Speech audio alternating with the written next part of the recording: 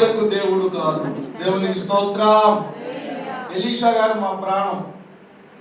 ఆయన చనిపోయినప్పుడు వచ్చాం, ఆయన ఆదరణ గుడిలో పాల్గొన్నాం. నిజంగా దేవుడు ఆయన అంత త్వరగా పిలుచుకుంటాడని అనుకోలా. ఎంతో మాతో సంతోషంగా ఉండేవాడు, సొంత అన్నలాగా ఎంతో బాగుండేవాడు. ఎక్కడ చూసినా పలకరించేవాడు. మరి అన్నగారు ఎవరైనా టైమే, ఆయన టైం ఆయన పిలిచినప్పుడు ఎవరైనా వెళ్ళాల్సిందే. కాబట్టి ప్రియమైన దేవుని బిడ్డలారా, ఈరోజు మన మందిరం పేరేంటమ్మా? ఏం పేరు? రక్షణకర్త. గుర్తుంది నాకు. 15 ఏళ్ళప్పుడు కూడా మీటింగులు ఇక్కడ జరిగినాయి. మరి ఎంతమంది గుర్తుందో? దేవునికి స్తోత్రం. దేవుడు అంట కొండలకే దేవుడు అంటున్నారు కొంతమంది, కానీ ఈయన లోయలకే దేవుడు. కొన్ని రకాల లోయలు, కొన్ని రకాల జీవితాలు. ప్రియులారా, 23వ కీర్తన 4వ వచనాన్ని మనం చదువుకుందాం. 23వ కీర్తన 4వ వచనం. గాఢాంధకారపు లోయలో సంచరించిన, చూడండి ప్రియులారా, గాఢాంధకారం. మరి అయ్యగారు వెళ్ళిపోవటం, అమ్మగారికి ఒక దిగులు, బిడ్డలకు ఒక దిగులు, కుమార్తెలకి దిగులు, అల్లుడికి దిగులు. అయినా దేవుడు బిడ్డను నిలబెట్టుకొని సేవ చేస్తున్నాడు. దేవునికి స్తోత్రం. ఘనంగా ఒక కుమారుడిలాగా ఆ బిడ్డని దేవుడు ఒక దైవజనరాలుగా దేవుడు అభిషేకించి వాడుకుంటున్నాడు. గాఢాంధకారం ఏ టైంలో ఏమవుతుందో తెలియదు. గాఢాంధకారపు లోయలో సంచరించిన నేను ఏ అపాయానికి భయపడను, నీవు నాకు తోడు. ఈ రక్షణకర్త మందిరానికి దేవుడు తోడు. ఈ తల్లికి దేవుడు తోడు, పాశ్రమ గారికి, బిడ్డలకు తోడు, మనవ సంతానానికి తోడు. ఆయనే తోడుగా ఉన్నాడు, ఇంతవరకు నడిపిస్తున్నాడు. కాబట్టి మనకు యేసయ్య తోడు. అందరు గుండెల మీద చేయి పెట్టుకోండి. యేసయ్య మనకి తోడు. తండ్రి, నీవే మాకు తోడు, మా కుటుంబానికి తోడు, మా బిడ్డలకు తోడు, మా చేతి పనులకు తోడు, మా సంఘానికి తోడు. దేవునికి స్తోత్రం. ప్రియమైన దేవుని బిడ్డలారా, బైబిల్లో 30 రకాల లోయలు ఉన్నాయి. మొదటి లోయ 84వ కీర్తన 6వ వచనం. పై మాటలు చెప్పి ముగిస్తా, ఇది గంటన్నర మెసేజ్. 84వ కీర్తన 6వ వచనం. అమ్మా, 84వ కీర్తన 6వ వచనం. అది ఎక్కడ పడతాడు కదా, చదవాలి. వారు బాకా లోయలో పడి వెళ్ళుచు. బాకా లోయ అంటే కన్నీటి లోయ. ప్రియమైన దేవుని బిడ్డలారా, కన్నీటిని తుడిచే దేవుడు మన దేవుడు. ఆమేన్. అందరూ హుషారుగా స్తోత్రం చెప్పండి. హల్లెలూయా. కన్నీరు తుడుచువాడా, నా కన్నీరు తుడుచువాడా, కన్నీరు నా కన్నీరు కాగన్నాడు, నేను అనాథను అయ్యా కాగన్నాడు, కన్నీరు తుడుచువాడా.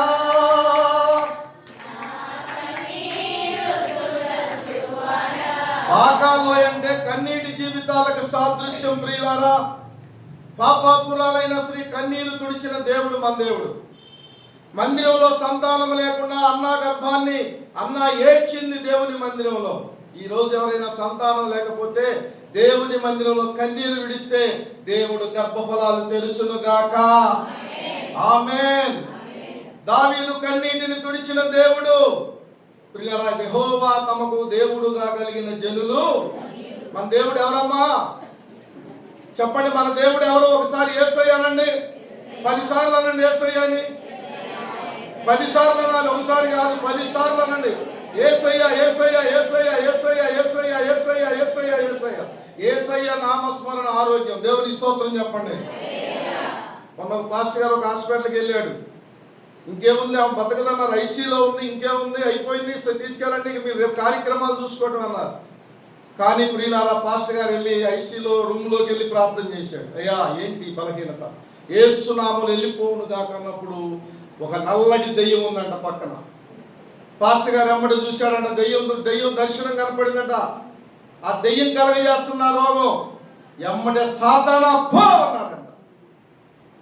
ఎమ్మట అంటుందంట, కాస్త టీ ఉంటే ఏమన్నా అంటుందంట, చప్పట్లు కొట్టిస్తూ ఉంటాం. అప్పుడు దాకా పడిపోయి బక్క చిక్కిపోయిన ఆమెని దేవుడు బ్రతికించాడు, రూముకు మార్చారమ్మటే ఇప్పుడు హాయిగా పూటకి 5 పూటలు తింటుంది. స్తోత్రం చెప్పండి. అలే రోజుకి 5 పూటలు తింటుంది. స్తోత్రం చెప్పండి. మన దేవుడు చనిపోయిన వారిని కూడా బ్రతికించే దేవుడు. దేవుడు ఆపత్కాలంలో కన్నీటి లోయని ఆయన జలాలుగా మార్చే దేవుడు. దేవునికి స్తోత్రం. నా ప్రియమైన సోదరుడా, సోదరి, తల్లి, చెల్లి, ఈ ఆదివారం నీ కన్నీరు ఏమై ఉన్నదో నీ కన్నీటిని తుడిచే దేవుడు. దేవునికి స్తోత్రం చెప్పండి. ఫోన్లు ఎవరు ఆన్ చేయబాకండి, ఫోన్లు కాసేపు పక్కన పెట్టండి, కాస్త వినండి. దేవునికి స్తోత్రం. ఎందుకంటే దేవుడు అనుకోకుండా అవకాశం ఇచ్చాడు మా అన్నగారి మందిరానికి రావడానికి. దేవునికి స్తోత్రం. 2వ లోయ చూద్దాం. 1 సమూయేలు గ్రంథం 17వ అధ్యాయం 2వ వచనం. 1 సమూయేలు గ్రంథం 17వ అధ్యాయం 2వ వచనం. 1 సమూయేలు గ్రంథం ఇశ్రాయేలీయులను ఏలా లోయలో దిగి, ఈ ఏలా లోయలో పోరాటం. నీ పోరాటం ఎవరితో? కొంతమంది భర్తలతో పోరాటం చేస్తారు ప్రతిరోజు, కొంతమంది భార్యలతో పోరాటం, కుటుంబ సభ్యులతో పోరాటం, తల్లిదండ్రుల మీద పోరాటం, దైవజనుల మీద పోరాటం. ప్రియులారా, సౌలు అనేవాడు 6 మూరలు ఎత్తున్నాడు, దావీదు పిల్లవాడు. కానీ ఏలా లోయలో ప్రియులారా, ఏలా లోయ అనుభవాన్ని గమనిస్తే ఎవరు గెలిచారమ్మా? దావీదు గెలిచాడా? ఎత్తటోడు గెలిచాడా? అందరూ చెప్పండి. కొద్దిగా చెప్పండి అమ్మా, బయటికి చెప్పండి, మాట్లాడుకోరా. నేను మెడ్రాస్లో కూడా వాక్యం చెప్పా, ఎల్లారికి ఆండవరి కర్తరి స్తోత్రం సొల్లింగ్ అని. తమిళ్లో చెప్పమంటారు మరి. కాస్త నవ్వండి అమ్మా, ఆదివారం హుషారుగా. దేవునికి స్తోత్రం. నవ్వటం ఎంతో మంచిదమ్మా, నవ్వాలి. నవ్వితే ఏ రోగాలు రావు. ఒక పెద్ద ఆయన చెప్పాడు, నవ్వటం ఒక యోగం, నవ్వించడం ఒక భోగం, నవ్వకపోవటం ఒక రోగం. కొంతమందికి ఎన్ని జోకులు చెప్పినా ఇట్లా బెగ తీసుకొని ఉంటారు, ఏదో సొమ్మంతా పోయినట్టు. కాస్త నవ్వాలి హుషారుగా. దేవుని స్తోత్రం చెప్పండి. హల్లెలూయా. ఏదో కూర్చొని వాక్యం విందామని వస్తే నాకు 15 నిమిషాలు ఇచ్చారు. ఇదా యేసయ్య ప్రేమ. స్తోత్రం. కాబట్టి ప్రియమైన దేవుని బిడ్డలారా, గమనించాలి. పోరాటాలు ప్రియులారా, ఆ పోరాటాలన్నీ దేవుడు ఈరోజు తీసివేయును గాక. పౌలు అంటాడు, మంచి పోరాటం పోరాడాను, నా పొరుగు. ఎలీషా గారు కూడా మంచి పోరాటం పోరాడాడు. ఎప్పుడు దేవుని పనిలో ఉన్నారు ఆయన. ఎక్కడ చూసినా, ఏ కూడికైనా అందరిని పిలవటం, అందరి ప్రేమ ఆయన చూరగొన్నాడు. దేవుని స్తోత్రం.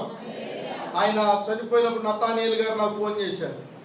ఎమ్మటి ఆ వార్త నేనే అందరికీ తెలియజేసి ఆ ఫోటో పంపించారు. ఇదేంటి జనం సడన్గా ఇలా అయింది అనుకున్నారు. కానీ ప్రియులారా, దేవుని చిత్తం. దేవునికి స్తోత్రం. హల్లెలూయా. కాబట్టి ప్రియులారా, 3వది కూడా చూద్దాం. ఆదికాండము 14వ అధ్యాయం 3వ వచనం. ఆదికాండం 14వ అధ్యాయం. మొదట్లో ఏ లోయమ్మా? నేను లోయల్ని చెప్తున్నాను. ఏ లోయ? ఒకటి గాఢాంధకారపు లోయ. అందరూ చెప్పండి, చెప్పండమ్మా. ఏ లోయ? గాఢాంధకారపు లోయ. 2వ లోయ చెప్పండి అందరూ. ఏ లోయ? ఇప్పుడు ఏ లోయలో ఉన్నావు? ఏలా లోయ కూడా అయిపోయింది. ఏలా లోయలో ఏముంటాయి? పోరాటాలు ఉంటాయి. దేవునికి స్తోత్రం చెప్పండి. మా ఇంట్లో ఏ తగాద లేదన్న వాళ్ళు చేయొద్దమ్మా. ఎప్పుడన్నా మీ ఆయనతో కానీ ఏమి తగాదలు అవ్వలేదా? ఏమ్మా, మేము పాస్టమ్ గారితో తగాద నాకు అవుతుంటే అప్పుడప్పుడు. నిన్నే మా పెళ్లి రోజు. దేవుని స్తోత్రం. 35వ సంవత్సరం పెళ్లి రోజు. రాత్రి మా పిల్లలు కేక్ పోయి కట్ చేయించారు. పిల్లరా, మరి గొడవ మేము పడతాం. పాస్టమ్లు గొడవాడుకోరా అమ్మా?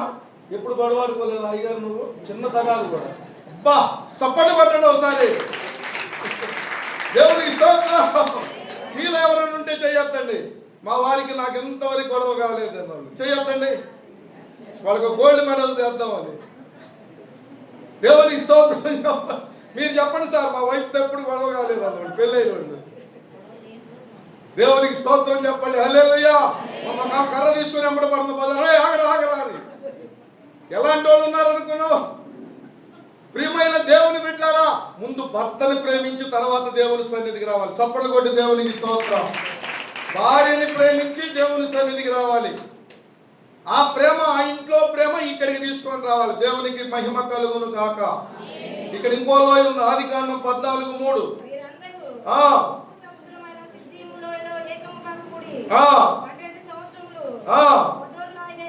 ఇవన్నీ బురద గుంటలు, ఇబ్బందులు. కొన్ని కుటుంబాల్లో ఇబ్బందులు అండి, చాలా జీతాలు.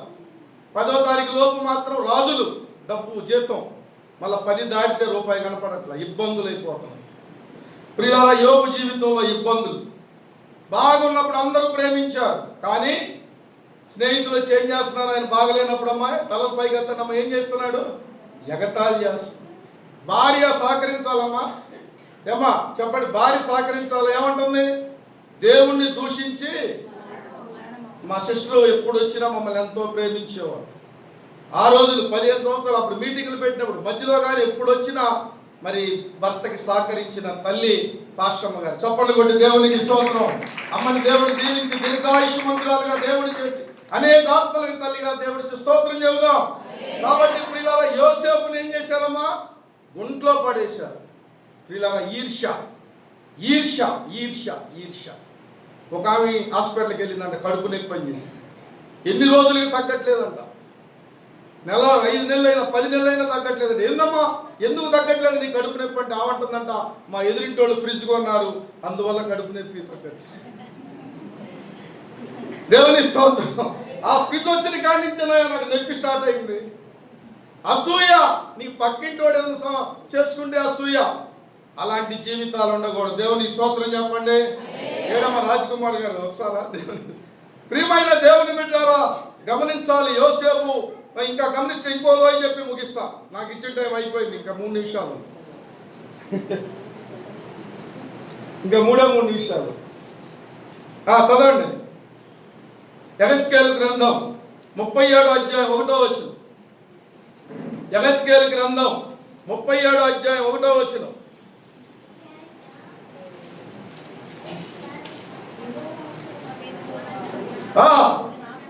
యెహోవా హస్తం నా మీదకి వచ్చినప్పుడు నేను ఆత్మవశుడనై ఉండగా. ఏ లోయమ్మా? ఎముకల లోయ.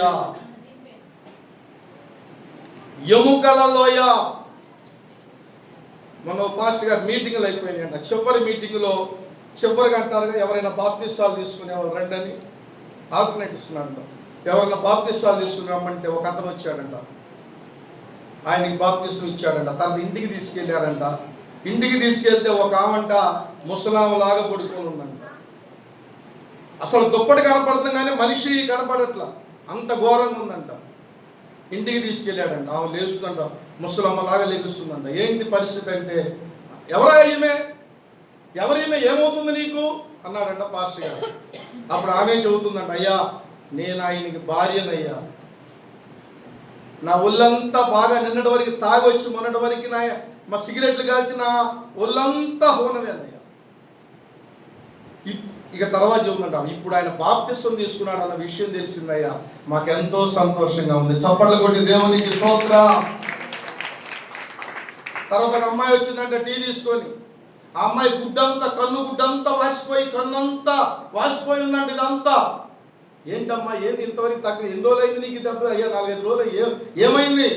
అయ్యా అయ్యగారు మా నాన్న కొట్టాడయ్యా, మొన్న బాగా తాగొచ్చి వాసిపోయిందయ్యా.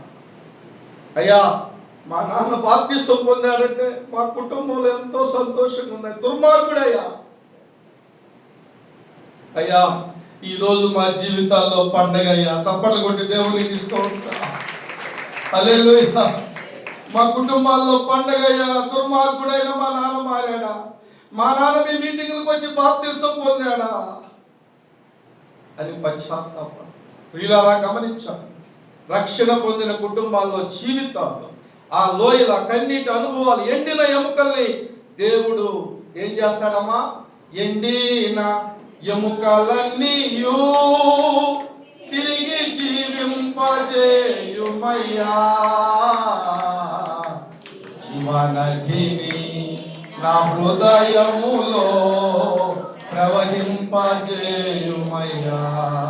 జీవనదిని నా హృదయములో.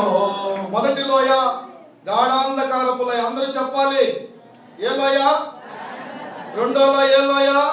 బాకా లోయ. మూడో లోయ ఏ లోయ? ఏలా లోయ. నాలుగో లోయ రకరకాల, ఇంకా చాలా ఉన్నాయి కానీ టైం అయిపోయింది. ప్రియులారా గమనించాలి, లోయల అనుభవంలోంచి మన జీవితాన్ని దేవుడు వెలుగులోకి తెచ్చే దేవుడు. దేవునికి స్తోత్రం చెప్పండి. దేవునికి ఎలాగ ఉండాలి?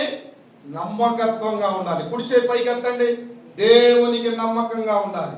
బాగా పైకి ఎత్తండి, సగం కాదు. మొన్న ఒక ఆయన సగమే తీసుకున్నాడు, అంటే కొట్టాలంటే ఎవరినో సగం, కాబట్టి సగం పైకి ఎత్తండి. దేవుడు మిమ్మల్ని దీవించును గాక. ఆమేన్, ఆమేన్. చివరిగా ఒక కథ చెప్పి నేను ముగిస్తాను. ఒక ఆయన హోటల్కి వెళ్ళాడంట. ఇడ్లీ కట్టు అన్నాడంట. 2 ఇడ్లీ, అట్టు, పెసరట్టు అవన్నీ కట్టించుకున్నాడంట. అవన్నీ తీసుకొని ఆ పొట్లాలు తీసుకొని ఇంటికి వెళ్ళాడంట. ఇంటికి వెళ్ళి చూస్తే ఇడ్లీ లేదు, అన్ని 500 కాగితాలేనంట. అట్టులో చూస్తే అన్ని 200 కాగితాలంట. ఇంకొకటి తీస్తే, ఉప్మా తీస్తే దాంట్లో అన్ని 50 రూపాయల నోట్లు. ఏంటి ఏంటి ఏంటి ఏంటి ఏంటంటే ఆయన అంట ఆ కవర్ ఇవ్వో ఈ కవర్ ఇచ్చాడు. రాదన్న క్యాష్ అంతా లెక్కేశారమ్మా. ఇడ్లీ అట్టు ఇది పోయి ఈ సంచి ఇచ్చాడు. మీరైతే ఏం చేస్తారమ్మా? హోటల్కి వెళ్ళాలా సార్? మీరైతే ఏం చేస్తారు? ఎమ్మటి వెళ్ళిపోతారు కదా బండి మీద రయ్యినా. దేవునికి స్తోత్రం. అతను కూడా ఆటో వేసుకొని వచ్చి ఇక ఇచ్చాడంట. ఈయన ఆయన కంగారు పడిపోతాడంట. కనీసం 5 లక్షలు అంటమ్మా క్యాష్. ఎవరిని వదులుకుంటారక్క? ఎవ్వరు వదులుకోరు. 5 లక్షలు తీసుకొచ్చి ఇచ్చాడంట. అయ్యా మా ఆవిడ ఒప్పుకోలేదయ్యా, ఇదిగోయ్యా డబ్బు. ఏంటయ్యా ఇది? ఈ డబ్బు వచ్చింది ఏందయ్యా మా దగ్గరికి అన్నారు. అప్పుడు ఆయన అన్నాడంట సంతోషించి, మీకు ఒక గిఫ్ట్ ఇవ్వాలి, అదిగాక మీ పేరు కూడా, మీ ఇద్దరు భార్యాభర్తల పేర్లు కూడా పేపర్లో వేయించాలి. ఇంత మంచి పని చేశారు కాబట్టి అంటే. అతను అన్నాడంట, బాబోయ్ ఇస్తే ఇప్పుడేమో నువ్వు కానీ భార్యాభర్తల ఫోటో మాత్రం అయిపోకయ్యా, కొంప మునిగిద్ది అన్నాడంట. దేవునికి స్తోత్రం. ఏంటంటే ఆయన సెకండ్ స్తోత్రం చెప్పండి. హల్లెలూయా. ఇలాంటి జీవితాలు ఉండకూడదు యేసయ్య దగ్గర. దేవునికి స్తోత్రం. ఉంటే వెచ్చగానైనా ఉండాలి, చల్లగానైనా ఉండాలి. నులివెచ్చనగా ఉంటే దేవుడు ఉమ్మివేస్తాడు. కాబట్టి మన జీవితాలు జాగ్రత్త చేసుకోవాలి. తలలు వంచండి, ప్రార్థన చేద్దాం. ప్రేమాస్వరూపి పరిశుద్ధుడా, వందనాలనైనా గాఢాంధకారపు లోయల నుంచి, చీకటి లోయల నుంచి, బాకా లోయల నుంచి నాయన అయ్యా నీకు వందనాలు. సంఘములు హఠాత్తుగా నాయన మా అన్న ఎలీషాను నాయన మీరు పిలుచుకున్నారు తండ్రి. దేవా నీకు స్తోత్రము నాయన. అయినా మీరు వదిలిపెట్టలేదు నాయన. ఈ రక్షణకర్త ప్రార్థన మందిరానికి నాయన మీరు తోడుగా ఉన్నందుకు స్తోత్రం. అందరూ చెప్పండి చెయ్యెత్తి, యేసయ్య మా మందిరానికి తోడుగా ఉన్నందుకు స్తోత్రం. మీ సేవకురాలికి తోడుగా ఉన్నందుకు స్తోత్రం. బిడ్డను నిలబెట్టినందుకు స్తోత్రం. సంఘ ఎల్లల విశాలపరుచు నాయన. నూతన ఆత్మలు మీరు దయచేయండి తండ్రి. ఈ దివ్యమైన సంఘంలో కొద్ది మాటలు చెప్పడానికి అవకాశం ఇచ్చిన నీ దాసురాలు నన్ను బిడ్డను మీరు దీవించి ఆశీర్వదించండి. పెద్ద బిడ్డ పెద్ద కుమార్తెను కూడా దీవించి ఇచ్చిన బిడ్డలు మా సోదరుడు రాజ్కుమార్ గారిని కూడా దీవించు నాయన. అయ్యా ఈ సంఘానికి ఆత్మీయ తల్లి, ఇంకా రక్త సంబంధికులు, పెద్దవారు, చిన్నవారు, ఈ సంఘానికి సహకరిస్తున్న ప్రతి ఒక్కరిని మీరు దీవించమని యేసు నామములో అడుగుతున్నాను తండ్రి. అందరికి వందనాలమ్మా. దేవుని స్తోత్రం.